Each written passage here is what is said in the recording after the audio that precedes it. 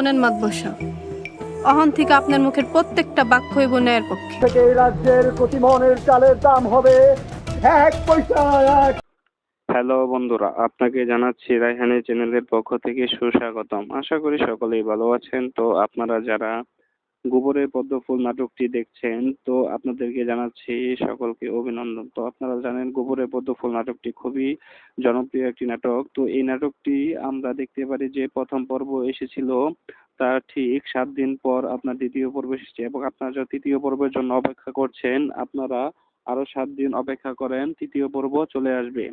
তো আমরা এই দ্বিতীয় পর্বে যা দেখেছি যে আপনার মিয়া বাড়ির ছেলে জিনুকে পছন্দ করে এবং তার সাথে দেখা করতে চায়, এবং সে বলে তাকে কেন সে পছন্দ করবে। তখন মিয়া বাড়ির ছেলে বলে সে যদি তাকে পছন্দ না করে তাহলে সে মারা যাবে। এদিকে জিনুকে তারা সকলে মিলে ফাঁসিয়ে মোড়লকে মাতবর সাহেবকে নিয়ে সালিশ বসিয়েছে এবং জিনুদের বিরুদ্ধে অপবাদ আনছে।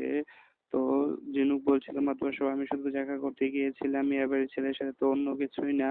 তো আমরা আরো দেখি যে মাতবর বাড়ির চাকর ঝিনুকের মার কাছে বলছিল যে মিয়া পাগলাকে ধরে এনে ঝিনুককে বিয়ে দিয়ে দেওয়ার জন্য, এবং ঝিনুকের মা বলছিল আমার মেয়েকে এতটাই সস্তা হয়ে গেছে যে একটা পাগলের সাথে বিয়ে দিব। মাতবর সাহেবের চাকর মিয়া বাড়ির ছেলেকে বলছে ঝিনুক কোন বড় লোকের মেয়ে যে তাকে কিছু করতে পারবো না। তো শুধু খালি মাতবর সাহেবের জন্য ঝিনুকে কিছু করি নাই। মাতবর সাহেবের চাকরের কথা বলে মিয়া বাড়ির ছেলেকে। মাতবর সাহেবের দিকে তার চাকরকে বলে রাখে যাতে ঝিনুকদের বাড়িতে কোনো ভালো কেউ প্রস্তাব না নিয়ে যেতে পারে, এবং ভালো কোনো ফ্যামিলি যাতে ঝিনুকদের সাথে আত্মীয় না করে, এবং সে এই সুযোগে যাতে ঝিনুককে বিয়ে করতে পারে।